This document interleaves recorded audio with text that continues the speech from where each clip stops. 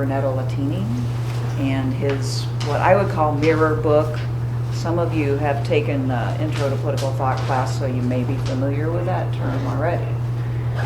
But this is a good example of that genre or style of writing from the medieval era, where a writer would be writing to usually a leader, people of influence, and giving them advice about just about everything.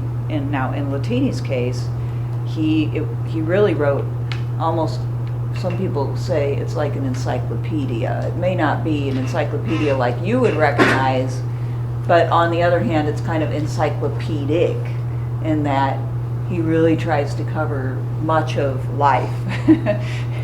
And of course, the parts that we have are about society and government appropriately, but he ranges all over the place: religion, philosophy, science, all these different subjects. And I hope that you agree that his writing is fairly clear. And one thing that I didn't realize about this the first time I went through this a couple years ago is that this, what you have, is the first English translation, or at least it was at the time of this printing, of this part of the book, which is kind of neat. I think I'd like to check and see if the whole thing has been translated, because it's pretty darn good. So the point of most mirror books, and this is no exception, is they act as mirrors in the sense that the person who's reading them can kind of hold them up to themselves and compare their attitudes and their behavior and outcomes with the ideal standards that are discussed in the book. And in this case, we have somebody who's not I wouldn't call him a theologian. He's not a man of the cloth, so to speak. He's not a priest or a member of the church.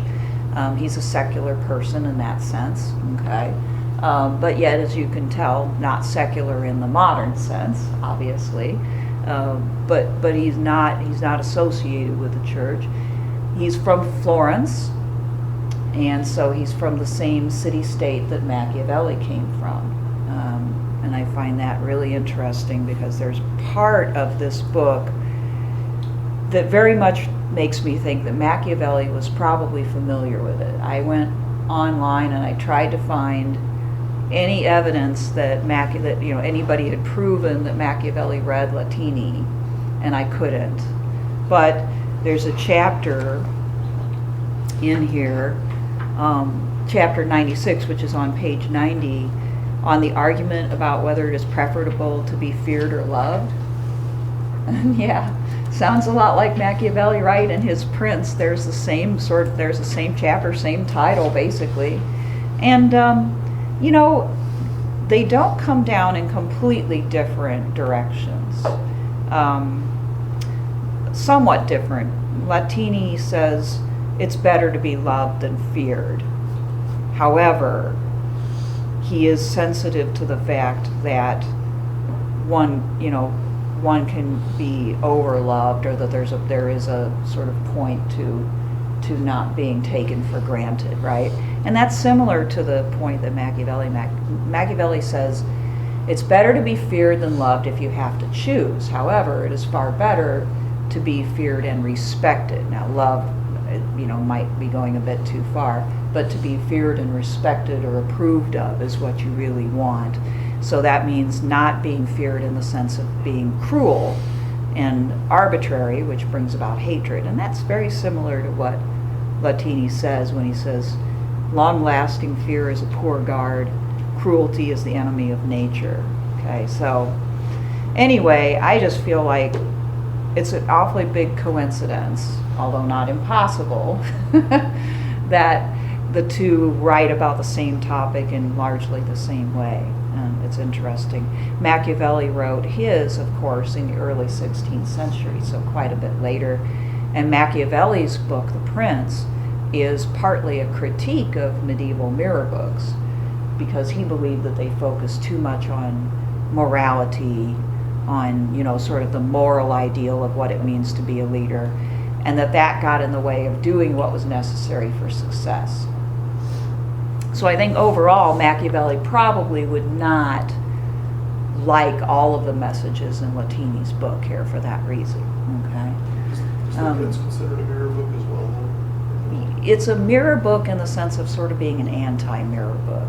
We don't usually put it in that classification because it's critical of the previous genre, but yet he takes the same basic format and the same basic, method, and he writes about virtue. He flips the meaning of it. So I think he's very consciously criticizing, but at the same time trying to imitate by replacement. In other words, writing a kind of mirror book that is fit for the modern Renaissance period, and is not about morality. Yeah. So I don't know. That's about as close as I can answer that question. Okay. So it should sound familiar if you've read Machiavelli, and that covers some of what I've already just said. It's an interesting mixture of what we would definitely, in Charles Taylor's terms, call pre-axial or enchantment way of thinking, mixed with what might strike you as kind of strangely and surprisingly modern ideas. And those would be ideas that you probably didn't think got talked about until maybe Machiavelli's time or later, that show up in a lot of medieval writing. Actually, it's what I'm saying is there's a sort of image in people's heads about what medieval philosophers wrote about, and they really don't quite totally match up with that image. So you'll find that there's some continuity between a lot of medieval political thought and Renaissance and later modern thought. It's more of an evolution in some respects than it is a break. Yeah. Another class I'm taking right now is the medieval European survey class, history survey class. So the book we just read referenced a 12th century Renaissance with like a growing secularization, and this kind of follows that movement. Okay. It's not as dynamic as 15th, 16th century Renaissance, Yeah. but it is starting to develop this time. And they place Aquinas into that category, I'm sure, right? No, No? they didn't mention it, at least in the reading. Okay. Well, they might, after we take a look at Aquinas, you might be able to see why he might fall into that category too. Right? So maybe it'd be safer to say that the Renaissance kind of starts kind of peeping out in the 12th century or in the 13th century. And that, what you get when we get to this, what we call the Renaissance is kind of the culmination of a lot of movement and changes throughout a long period of time. Usually these things don't just pop out of nowhere, right? So part of studying this is seeing where those ideas came from and how they developed.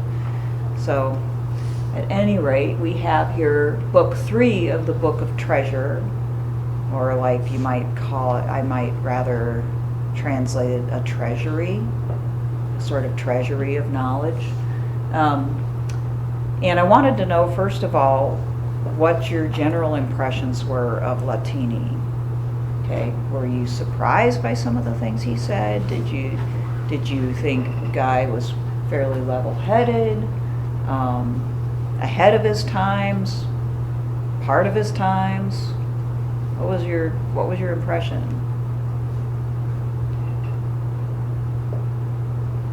It seemed to line up pretty well with what we were studying last semester at the time. Just like there's a lot of God, a lot of reference and fealty to God, but there's also some inklings of social graces and human dynamics that people are looking out for and such. Like with the letters, he recommends that the letters are written very eloquently.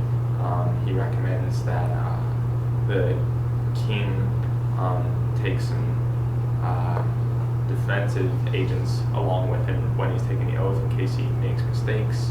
That the city, I didn't quite get it, but the charter to try and expose malicious factions that are working against him in the city, or something like that. I have to read it. It was kind of confusing. But yeah, a lot of human-y elements, political competition, vying, and social racism, courtly manners and such, by a lot of God. Isn't that interesting? Because that's something, and you're right, DAS 300, Dr. Donnelly talks about that, about how this notion of civility developed. And of course it comes in, chivalry is associated with that, which he mentions at least once in there, or it can be. But, usually it's also not placed this far back, like the attention to civility and manners and all the decorum and everything like that, but certainly you see it here, absolutely. And so that is, I thought you're right to distinguish between that element and all of the references to God and religion. They may be brought together, but they're two separate topics, right? Or two separate, I guess, methods, right? Or emphases.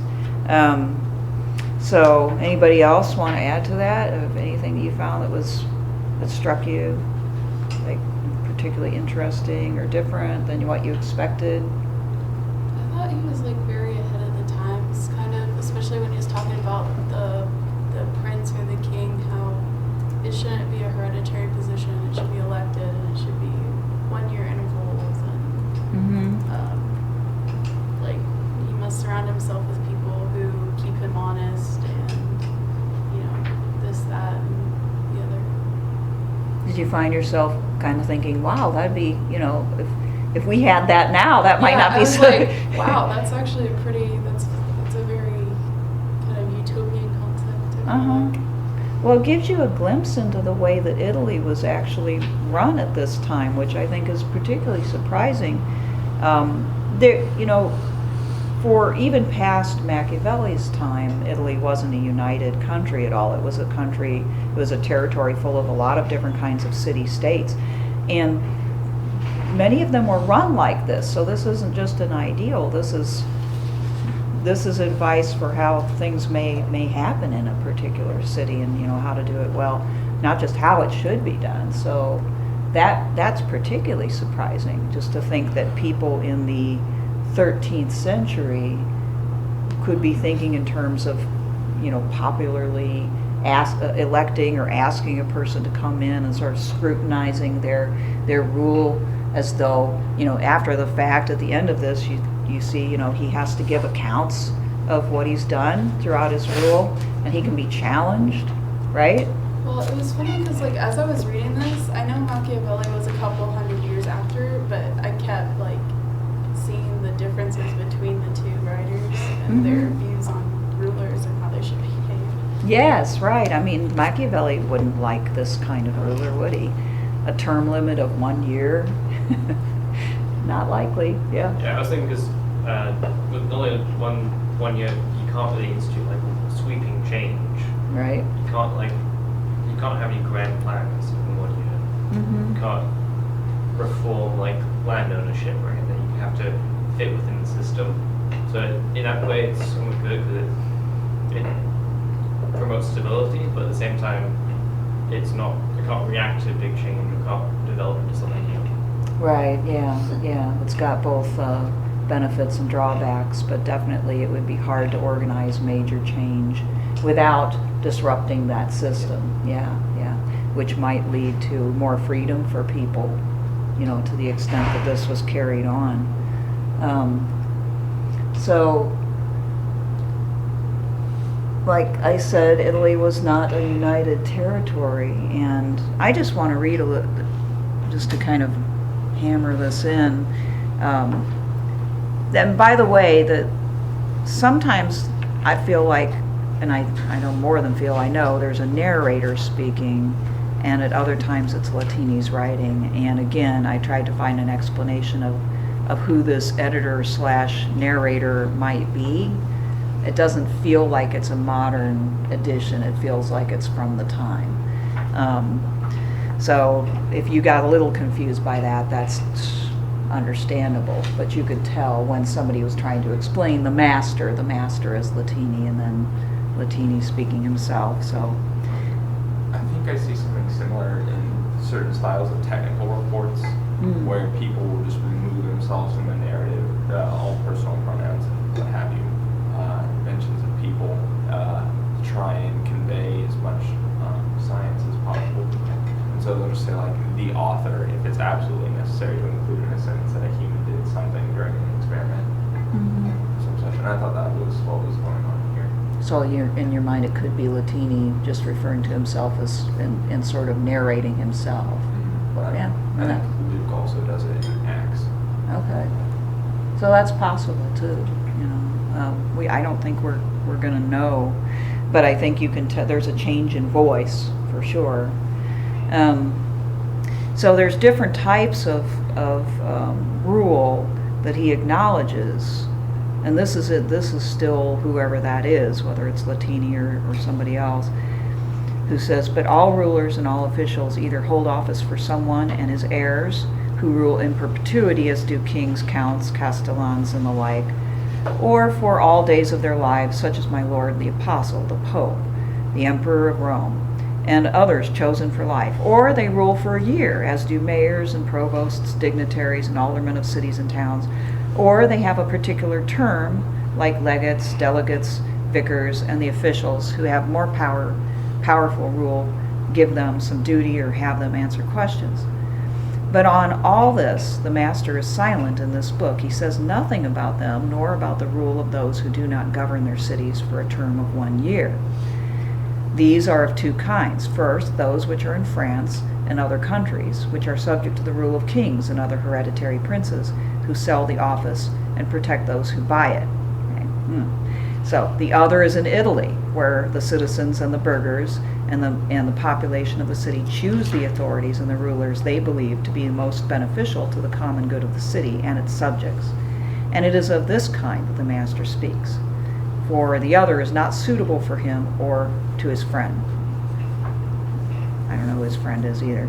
Nevertheless, all rulers, whatever kind of rule they have, can acquire a lot of good information. So it's a type of system. He's writing about a type of system that exists in Italy, but you might say by narrowing his focus to that one type of system, he's still presenting an ideal, and that, you know, this is the system that he prefers. Okay, and I doubt if it was the system that uniformly worked the same way throughout all of Italy as well. Right? I can't imagine that at this time. But it's the one that he focuses on. Okay, so some questions for you in your reading of this. Who is ultimately in charge of political and social order in these city-states? Did you get a feel for that? Who or what? Seems like the council, with all the advising they do, it's either directly their job or it's going to be they're advising through the leader. Mm-hmm. Okay, so there's a council, and the council is more involved in the selection of the leader and in interacting with the leader, right? Okay, so there's that. Okay. Anybody else want to? Yeah. You could say that the burghers and the population who vote for the ruler, then the ruler then decides their own advisors. Mm-hmm. So there's authority given by the people to rule over them, so they're in charge. Okay. And if anything did happen, they could dispose of the ruler. They have, I mean, both of those parties have more continuity than the ruler, who comes and goes, right? So the decision-making people in the city are going to have ultimately more power. I think that's right. Anybody else want to take a stab? Or see things differently? I mean, he does say all rule and all rank is given to us by the sovereign father. Right. So, I mean, I don't know if necessarily he's saying that it's coming from above, but like to some extent, like it has to start there to give it legitimacy. So maybe it's not like I think it's more continual than even any of the people in office or the consuls or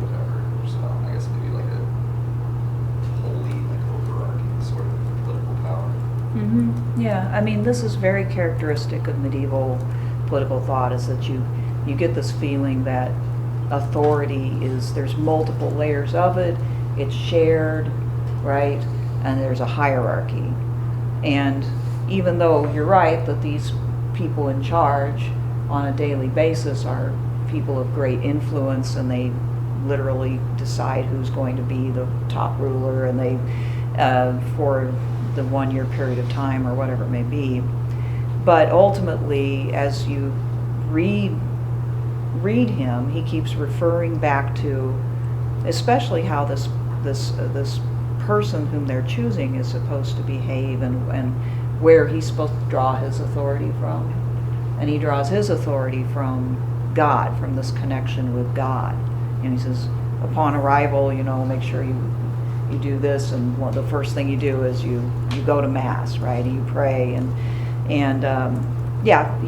he says rather explicitly that he relies upon God's grace, or the Jesus Christ. It's really so.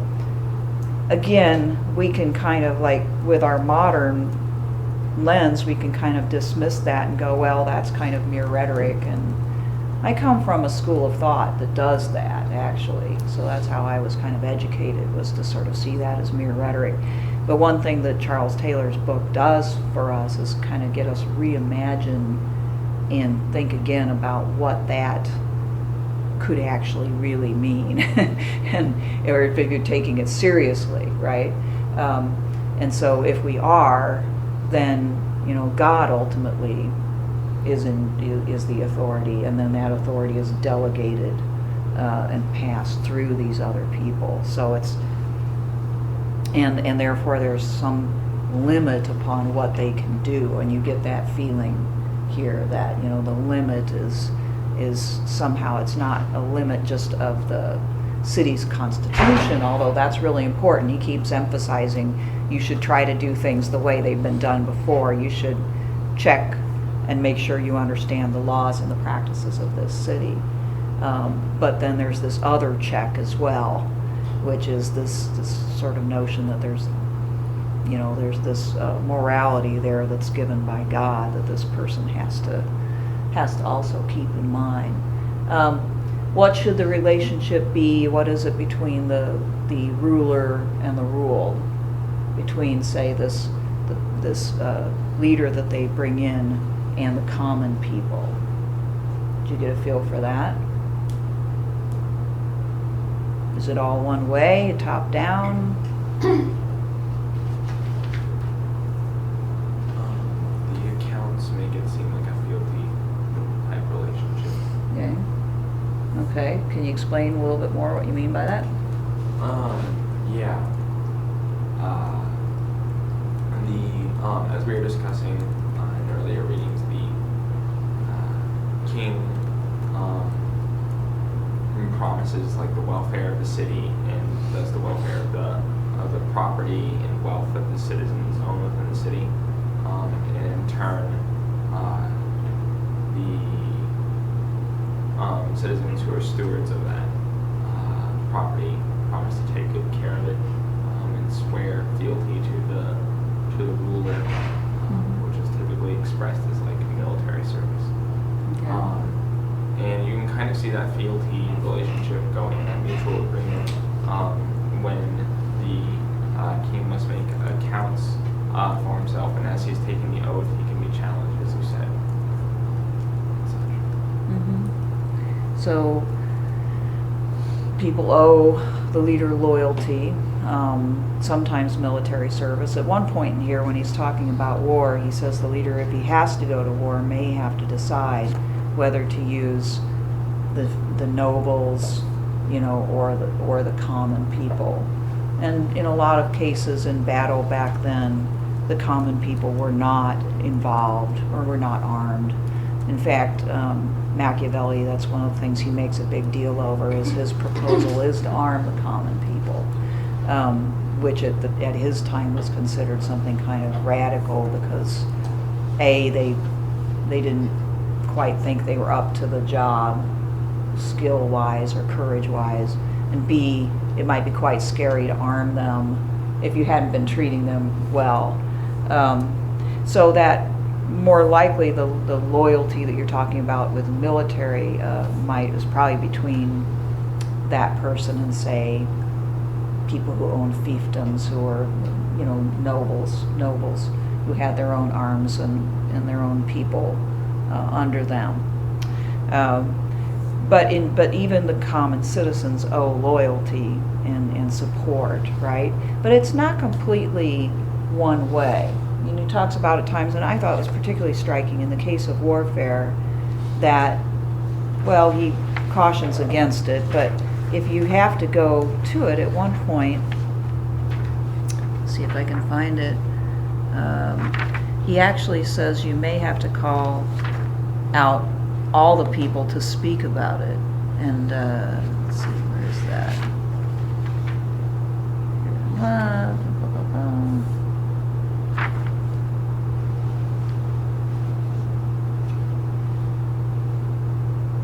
Oh yeah, well, one place that I referenced, it's not what I'm talking about, but just to kind of point to that, on 94 in the middle, he says he must consider what kind of war to fight, whether it is suitable to be fought between the upper classes or between equals or between the humble in each city. That's the common people. I'll probably find this eventually, but sometimes you read something in a selection like this that just kind of blows your mind, and that was one of those places for me where he may have to call the council, or he may have to call the entire population to speak about this. And this is, again, kind of, it feels a little bit more democratic than you would expect for this period of time. We see the body politic image early on in this too, which has both old and more modern elements to it. I think the body politic image that you saw in Marie de France, and now you see here at the beginning of chapter 75, with the ruler as the head and the citizens as kind of the members, that's an image that just keeps recurring over and over and over again. And the general lesson is the same as Marie's in different renditions. The two rely upon each other. If one is bad, the others will be harmed, could even be killed. We're in this together. There's some feeling of social contract going on there. I kind of tend to think that early image of the body politic and of mutual benefit kind of slowly morphed over time into something like a social contract. At this point, it's more of a moral obligation. It's certainly not an individualistic, self-interested contract, but it's still the idea of mutual benefit and the idea that everybody must contribute, and that if one part doesn't, the others will be affected by it. So at this point, it's a lesson to the ruler: treat your people well, right? Because they are your feet and your arms, and you will, suffer the results. And for the people, treat your ruler well. Feed him, take care of him, because he's the head. He's the person who's actually making the decisions and protecting you. So keep a close eye on that body politic theme. Okay, now he very conveniently lists all of the criteria that people should use when deciding who to call for that 1 year of leadership. And I just thought this was so good that I thought about sort of writing a blog on it almost. I thought, thank you so much for putting this all in almost just one page. So you got to give him some credit for that. So let's look at some of these and just talk about them. He starts out by saying you should look for somebody who's older. But then he backs up and says, but I realize that not everybody who's older is wise. Wisdom tends to come with age, but it doesn't always come with age. Nevertheless, so we want to have a rule, or there's a rule where, in a lot of places where you can't do this unless you're 25 and older. which may seem really young to you guys, but really wasn't all that young then, right? And so what do you think about that? Is that pretty solid? You want somebody who's older, but somebody who's wise? It doesn't, it doesn't count for like spiritedness, which like someone who has the energy to rule effectively, Mhm. and at the same time someone whose will have long-lasting effects of their rule affect them later in their life. Yeah, that's a great point, right? They're not going to live with this, with the Yeah. things that they do as long. And Machiavelli makes that objection that you just made, that with age comes sort of a lack of boldness, and that sometimes boldness is necessary to, especially in warfare, but even in politics, to be able to deal with people who are opposed to you, or criminal behavior, right? And such as that, and that maybe somebody who is too old might be too set in their ways. Okay. Now, I don't know exactly what he means by old. Like, probably hardly anybody lived past 55 back then, I would bet. Mostly false if you count infant mortality in age, like how long they live. Okay. And it's 50, but if you Oh, if you ignore made it infant- past that? If you make it to I think like 5 years old, it's up to like 70. 70, okay. All right. Well, that's then old might mean, You might have Maybe a gap over. at the end, but you. so between 50 and 70 perhaps. Yeah. In which case that person really would have had time to develop quite a bit of experience, but probably would really be kind of winding down, right? Yeah. So that would be the main objection to that. So I think that's a good objection too, and it's kind of interesting. It's a Machiavellian objection. So he says also people shouldn't look at his current power, but the nobility of his heart and the honorableness of his morals, and he should be just. So you get a sense from reading this what honorable and just mean to Latini? Like, how would he define an honorable and just man?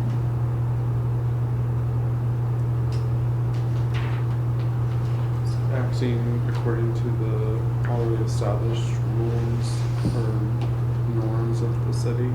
Okay, I think he does emphasize that, but he does make some allowances how if he comes in and he sees something that is wrong, something that he doesn't approve of, now's his time to change the rules too. So he doesn't just have to accept everything that's given there. On what basis would, if he made any changes, what basis would he make them on? What is justice for Latini? It seems like he wants the prosperity of the city. There's a lot of focus on what's good for the people and how the ruler fits into that paradigm. Unlike Machiavelli, whose goals seem to just be like mass accrual of power for the ruler and just maintaining his assets at the time, which are the city and the people. There's a difference there in Machiavelli's, part of Machiavelli's message anyway. I mean, you could argue that the general outcome might be the welfare of the people, but you're right that his appeal is to the prince and the prince's power and glory and wealth and all of that. And Machiavelli makes the argument that get those things, you need to make sure that your people are also benefited. So there's a difference in tone, maybe, into whose interest he's emphasizing. Would Latini say that this ruler needs to mainly think about the welfare of the city council and the burghers, people with some power? Did you pick that up, or I mean, who's he supposed to be concerned about?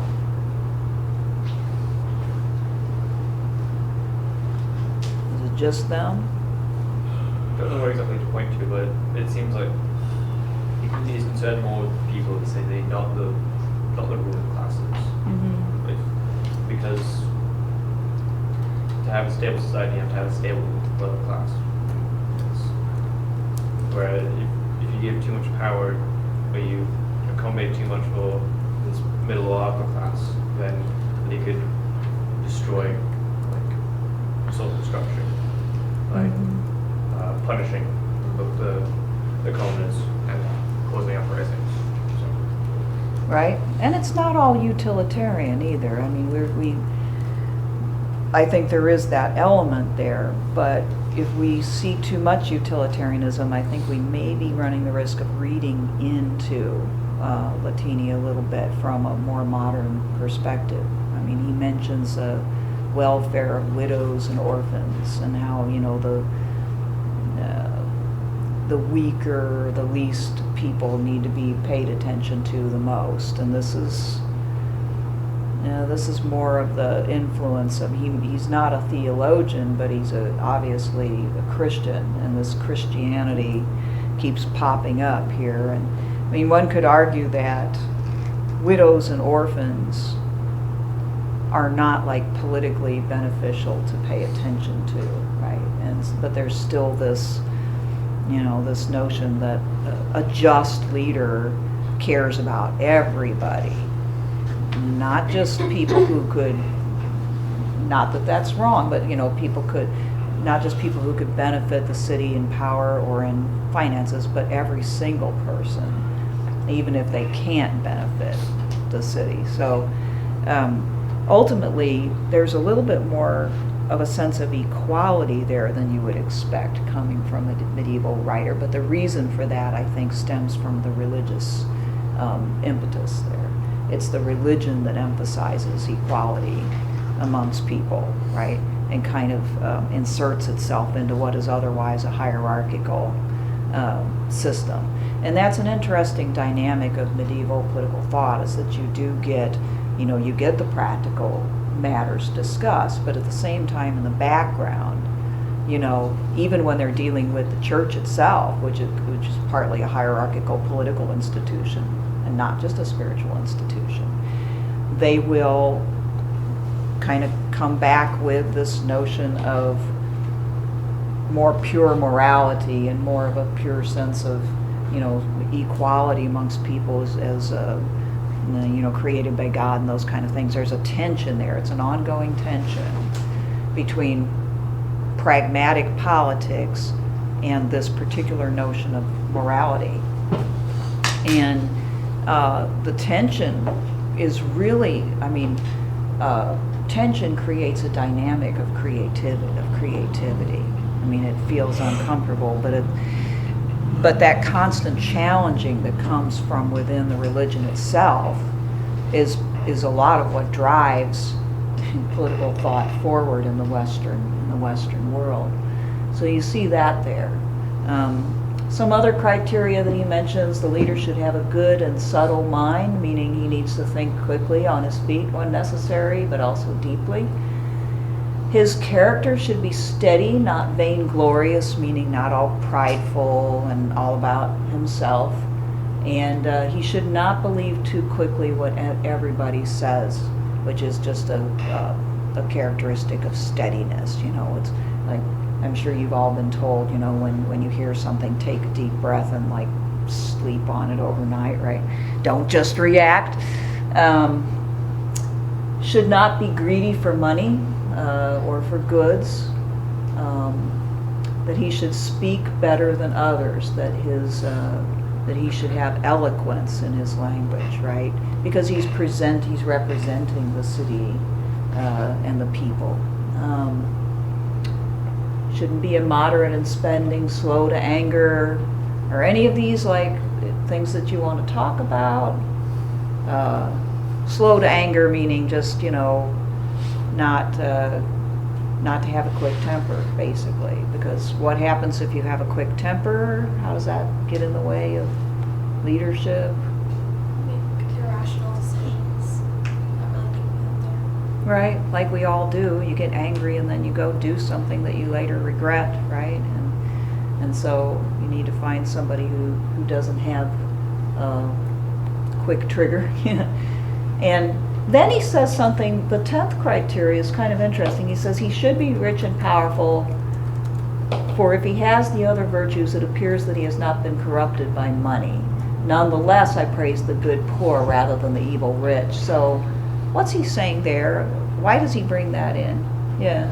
He says that if he has all the qualities beforehand, God will have granted him the money.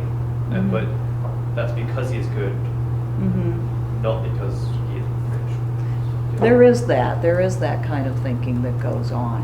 And then the benefit of that is that if he is wealthy, then he can't be suspected of wanting to rule in order to enrich himself too, right? So all being said, it's better to find somebody who already has that money, so that they will not need to enrich themselves at the expense of the state. But I think that you will also find in this type of thinking the suggestion that God blesses people with wealth and power if they're good people. Okay? But he doesn't totally endorse that when he says, I praise the good poor rather than the evil rich. So he recognizes not every rich person gets their wealth because of being blessed by God. Okay. Isn't that also just kind of like a practical, like if he's got 1 through 9, like we're really not too worried that he's going to be corrupt? Like, Yeah, right. At that point, if he's met all these other criteria, then wealth can be an asset, right? He's don't have to worry about that. And he has more to, because you'll notice in here, some of the things that he has to do at his own expense, right? I mean, how he gets there, his retinue, the people who work with him, you get the sense that the state's not paying for all of that. He's paying for at least some of that, right? He shouldn't have rule. He shouldn't be ruling in 2 places at once. Well, that's probably easy to figure out. Just too much to do, right? Needs to focus on this one thing. And finally, should have a right faith in God and man, for without faith and loyalty, justice is never kept. Well, so probably doesn't, it goes without saying, but part of what he's saying is that he needs to believe in God to be a just person, which would have been a common way of thinking then, right? But also, he needs to have faith in man. That's a little bit harder to understand. What does that mean to you? What do you think he meant? You can see what Charles Taylor gets by like some sort of exclusive humanism growing out in political, or like just general political in society, especially with Latini sort of care for like even the low people. Sort of, you wouldn't really get that in a lot of political philosophy itself, the Renaissance age, where it's just like low people, like Machiavelli, where it's like they just want to be happy, just leave them alone, sort of thing. But we're talking in a second. But yeah, no, it's you sort of see like a sort of a Thomas More-ish sort of humanism coming out of Latini. It's quite interesting. Yeah, it is. It is. I think it's really surprising to see it coming out so early, right? This is a person who's obviously read Aristotle, and what you find is that the more that these thinkers have read Aristotle, who was really kind of the big intellectual influence for so long during this period of time, the more likely they are to have some of that way of thinking develop, right?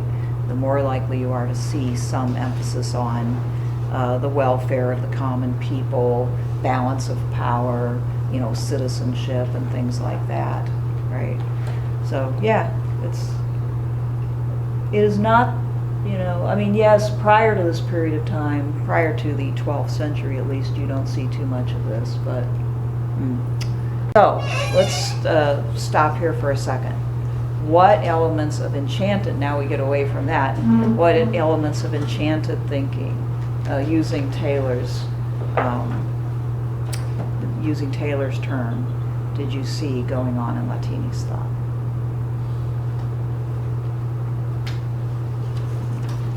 Other than what we've talked about already. Which is mainly just that God's in control of everything. But is there anything else going on here that you saw?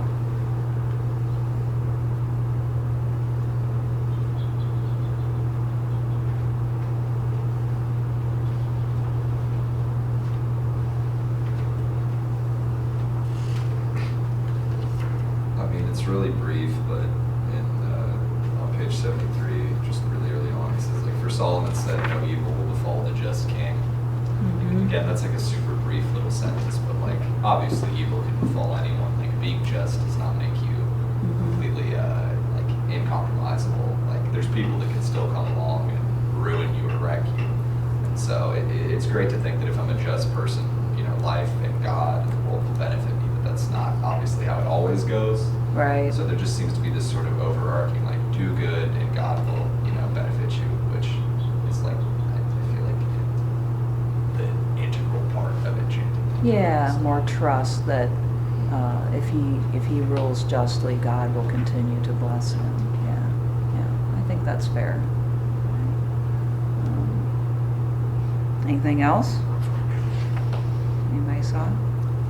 There's like it kind of touches on it on like page 81, but the king is not, or the ruler is not considered to be like the highest authority. It's like the Pope, you know. So there's that kind of God-like stand-in who's higher than the king, and he has to like make sure he's doing good by him, you know. Right. You've got God, then the Pope, then the Prince, then, yeah, and it goes down the line, right? And he's reciting a speech there that the leader could give,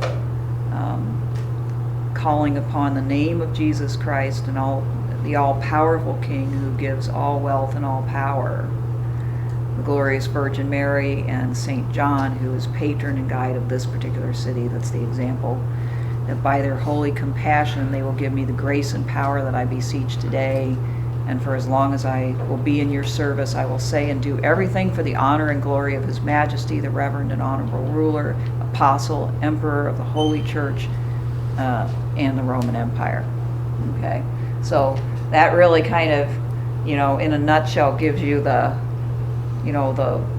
context, right, and the order of authority here, and, you know, invoking the name of Jesus, or the name of or the power of God to kind of bless this person's rule, right?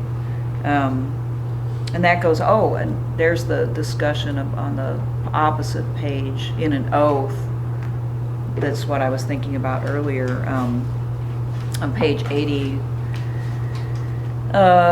where he says, do you swear on the saints, this is the oath, do you swear on the saints to govern the good and the needs of this city, as is suitable to your office, to guide, conduct, maintain, and benefit the city and all the countryside, all the men and women, great and humble, knight and burgher, and to maintain their law, defend and keep it, and to do what the common law and the Constitution order, to see that it is kept and guarded for all people, even orphans, widowed women, and other humble people, and to all men who come to plead their cause before you. Okay. So there's, if you want to flip to the next slide, there's stuff like that throughout, right? Also, in a way, because we had this discussion on Monday, some of the examples of enchanted thinking from Latini's piece, right? I think this was the one we mentioned last, or we were talking about last, that, you know, it's just this feast day is what he suggests, and probably has observed is the case, when the ruler will start his rule and end it. And so that's an example of that higher time. And there's all sorts of mentions of the religiosity that the ruler should display, and the sort of that's tied up with his authority and legitimacy. Feast days as far as speaking to the people as well, and demonstrating a concern for the poor and the weak, which is something, like I said last time, it's really something to watch in these writings, is that you see these, either, this guy's not a priest, but either secular person or a religious person in a specific sense of being a member of the church, will, stress the the need not to just think in worldly terms, but to think about these moral values that kind of clash with the worldly values, right? And this is a tension that runs throughout medieval political thought, and that I guess I would argue that as you move into the Renaissance and into modern political thought, is still there in a secularized form, right? That there's still this notion that people are basically equal, or that regardless of their strength they ought to be accorded certain care that turns into rights and that kind of thing. So you see the seeds of that thinking here. Okay. One thing that we didn't get to was his, which may have kind of struck you as kind of different from what else he had to say, is Latini's discussion of dealing with the accused in particularly corporal punishment and torture, by the way. So let's talk about that a little bit. That appears on page 88. He's had a fairly, I guess, what we might think of as reasonable discussion about how the ruler ought to deal with criminals and trying them and so on. But then at the end of, what is that, chapter 91, he says at this point, after, I guess if you've done a thorough investigation, one can put him to torture and make him confess his crime, otherwise not. And if he confesses under torture, the judgment must not ask if John did the murder, but should ask more generally who did it. Okay.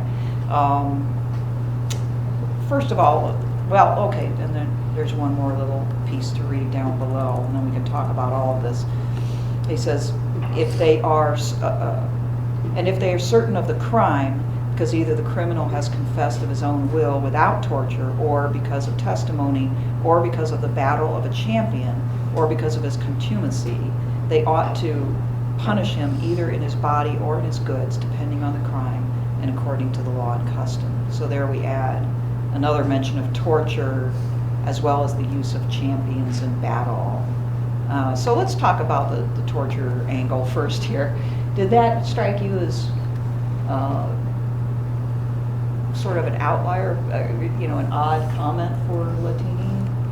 Did it surprise you that he would so easily just say, oh yes, and by the way, if you don't accomplish your goal this way, you can do this, given everything else he's said? It does seem kind of like a contradiction. Yeah. And why? Just because, the ruler is supposed to be so level-headed and wise, and, he's not supposed to revert back to, those animal instincts, He's supposed to be higher and smarter and more evolved. Yeah, there's all that, and he's supposed to be very connected with God, religious, right? We know that. So why do you think it was so easy for him to just, that sort of plops in there without any sort of real, self-examination? Any thoughts? Uh-huh. Well, it kind of goes with the times. It's back then, torture happened all the time, and nobody really thought about it. Just they thought they did the crime, they deserved the torture. So, Yep. Isn't that interesting? I mean, I think you're right. This is just a case where this is such a common practice. That Latini, despite the fact that he's obviously quite thoughtful, and probably, I would say, I'm going to take his religious devotion at face value, it certainly sounds like you can, that he just hasn't really contemplated any contradiction there yet. You do find over time that these authors do start thinking about things like this, right? And they start applying the moral principles that they have more uniformly over time. But here we have a case where just it feels odd to you because he's previously established that he seems like a fairly thoughtful person who's trying to be very consistent. And then, whoop, there you go, right? Also, with champions, does everybody understand what that even means? Trial by champions. Okay, I mean, some of you, I mean, if you may have seen this or read of it in fiction or seen it in a movie, right? Okay, so the idea there, and this is an example of enchanted thinking in a way too. The idea there is that, one way to decide who is right and who is wrong in a suit or in some sort of criminal charge would be to either battle directly, or what a champion is somebody who takes your place and fights for you. And in this battle, whoever wins is the right one. And the reason why they're right is because generally the idea was God allowed them to win the battle, right? So, why not? Right? I mean, yes, so this is another example of that way of thinking. And it seems really, I mean, do we need to even probably talk about why it seems odd to us now? Could the case be made, not to be cynical, but could the case be made to say that we still do that, it just looks different? How's that? I mean, who can you afford to defend you in court? Okay, yeah. You think about, I watch too much TV, so I'm a little skewed by that, but you think about the corporations who can have a whole team of lawyers versus the individual, or how wealthy you are in terms of what you've been convicted of, what you can get away with. Mm-hmm. Trial by wealth. Yeah. Mm-hmm. Mm-hmm. So it's not really, to the extent that happens, our trials are no more rational, you might say. I mean, it's not. I'm not saying it's enchanted by any stretch of the No, yeah. imagination, But you can see that. which is what. Mhm. But it's still about more about strength than it is about justice. Just as in that, one of the things that strikes me about this personally is that it's over fast, whereas in a modern situation it can drag on for decades, right? So perhaps it's not as totally barbarian as there's a lot of things like that pop up in medieval thought that you first strikes you as just like, oh my God, how terribly uncivilized, and then you have a thought like John's, where you're like, well, wait a minute, do we cover up our lack of civilization with a veneer of laws and customs and due process and things like that? So that's a cool thought. Okay. So we've already talked quite a bit about this, but here's some examples, some of which we have already mentioned and some of which we hadn't, but I wanted to leave them up for a second. Modern sort of elements that strike us as more modern within Latini's thought, like the very idea that the people ultimately choose their leader, which many of us probably weren't familiar with the fact that at least in some parts of Italy this is the way things were done. There's a pretty strong declaration of human equality on the page 78, where he's quoting. Oh yeah, he's saying what the leader ought to say, and he says the truth is that nature made all equal, but to restrain the iniquity caused not by vice of nature but by evil deeds, one man has rule over others, not because of their nature but because of their vices. That's really striking because there he's not even saying God, he's saying nature. Now, if we interviewed him, he might say, well, they're the same thing. But still, it's an interesting use of the term and a very strong statement of human equality. And that runs up against what at this period of time? Well, how did people think about human beings in society at this time? Did they really think nature made all people equal? Kind of the opposite of that, right? I mean, people were naturally unequal. That's the whole aristocratic point of view, right? That the peasants are morally, spiritually, character-wise, they're inferior, in every rank, all the way up to the prince is superior to the one beneath it. And of course, the clergy are out here kind of in a land of their own, but they're definitely superior because of their connection to God. So what I guess I want to say about that is you would be amazed how many times statements like this appear in these medieval writings, despite that, and they're challenging that aristocratic notion. So it does pop up. Also, the awareness of and fighting back against corruption. A good example of that is on page 84, where it's a discussion of how the ruler ought to encourage his officials, and he talks about them being corrupted by money, by women, or by anything else, right? So did that, maybe it's just me, or did that discussion strike you as a little bit more modern than you expected? Then again, now John, you've got me thinking about the fact that we have probably way more corruption than we talk more about it, right? We talk about it endlessly, but there's a difference between talking and what actually happens. We got a lot of rules on the books, right? Court-appointed advocates for the poor is an idea that comes out here. Yeah, I have a wow next to that. In chapter 90 it says, "We do not believe, as in the deeds of the emperors, that only those who use the buckler and the hauberk are knights, but advocates and investigators of cases are chivalrous also." Well, that's kind of an unusual thought that not everybody would have agreed with, that somebody who advocates for others at court could be chivalrous. Thus, as a part of his office, the ruler ought to provide so that no poor person or any other has to plead before him who cannot have an advocate. And that resonates with what you were saying. Whether because of his weakness or the strength of his adversary. Yeah. Maybe a pretty enlightened thought for the time. Right there with torture. Right. Yep. Okay. And we've already talked about this one, keeping good accounts. One last thing to talk about in Latini is his discussion of warfare.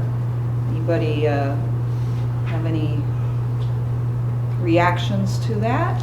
What's his general position on whether this new ruler who comes to the city, whether ought to go to war, or if they're in a war, should continue in the war, how it should be conducted? Any impressions? Seems like there's a lot of agreement that you have to get before you start a war from the people, from the council. It's not just the ruler. It's a personal spat with some other person. That's that. He definitely wouldn't like that, right? It's got to be, and he expresses that it should, if he shouldn't start one. If one is already underway, he should seek to end it if possible. And consult, if there is a legitimate reason, he still has to consult these other people. Okay, so you see, this isn't this. Probably people would argue with me about the idea that it's the beginning of just war thinking, but nevertheless, it kind of is. You see these Christian authors starting to deal with, especially that kind of war that you mentioned, the personal vendetta war, whether that's morally acceptable at all, and what is the responsibility of the leader towards his people when it comes to war. Again, it would have been totally acceptable at this time and place for a ruler to pick a battle just because of some personal pique or vengeance of some kind. And Latini is kind of pushing back a bit here and saying, no, it needs to be duly considered, and it's a serious thing, shouldn't be done, unless it's absolutely necessary, okay? And by the way, and just to kind of help you to think along these lines, in these chapters on war, I didn't see any mention of God whatsoever. That's what I'm asking, So sometimes what's missing is just as important as what's there. And it's harder when you're reading to ask yourself that question, but it's something to kind of try to train your mind to do. And then ask yourself, well, why not, I mean, one possibility is that Latini does not want to mention the two in the same breath because he thinks that, the Christian religion is generally against warfare and violence, or that there's enough problematic with putting those two together that he wants to avoid doing it. On the other hand, there may be other, I don't know. Does anybody else have any other thoughts on why he might not have gone there? Because he goes there in almost every other chapter at some point. I've always found the Bible, at least the New Testament, about as explicit on warfare as it is about torture and trial by combat. Granted, the lattermost is more of a cultural thing. Meaning it's not? There would be less reason, less probability, I guess, of the Bible addressing trial by combat because it's more of an odd thing. At least from my understanding. Maybe not. But, the only thing to really refute any of those is encouragements of gentleness in some of Paul's letters, maybe other places. Mm-hmm. But just not a lot to say about it. Mm-hmm. And maybe problematic enough since that it's one of those areas where there would need to be a great deal of interpretation done, which you may not want to get into. On the trial by combat, I think probably if they went anywhere, it would be the Old Testament, where God favors for instance, the Israelites in battle and things like that. So there's some biblical precedence for that, or at least one could interpret in that way. Right. In the same way that God constantly leading the Israelites into war would be an advocacy for Christian warfare. Mm-hmm. Mm-hmm. If he wanted to go there, he could have done that. Yeah. So, I don't have an answer to this question, but I think sometimes the most interesting questions do arise from what's missing and why an author takes a particular method in one area and then changes that method in another. By the way, I looked, and the whole book by Latini has now been translated into English, so that's kind of cool.